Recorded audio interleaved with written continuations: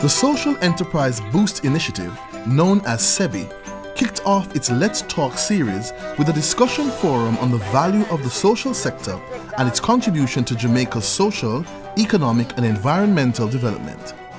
Recognizing how important the sector is and its need to survive, the forum highlighted new ways to generate income and solutions to reducing their reliance on grant funding, which has been progressively declining over the years. One such solution was social enterprise, a tried and tested business model which will help to ensure that the sector is around for the long haul and will assist them to become self-sufficient. So social enterprises are really a path to independence. You can ask for assistance but not be dependent. This is a landmark event for me because I've never ever been to something like this where it's speaking to, in particular, social entrepreneurship.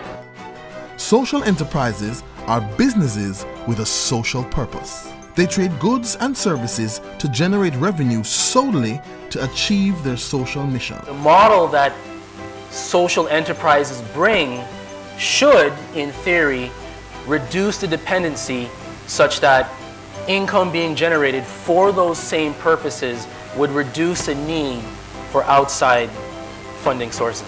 So it's not just this whole notion of just doing something and volunteering to do something, but really making it a business so that it gains the recognition both locally and internationally as we move forward. Just the mere fact that Jane has stepped out, out of the regular, usual box model and come out with something like this. I think this is really cool that Jamaicans are actually at a forum talking to each other about the challenges that they face. I really want to give Jane and SEBI the real thumbs up for what they've done here, because I think this is at the beginning of something really great when we begin to talk like this in Jamaica. Join the movement. Support social enterprises.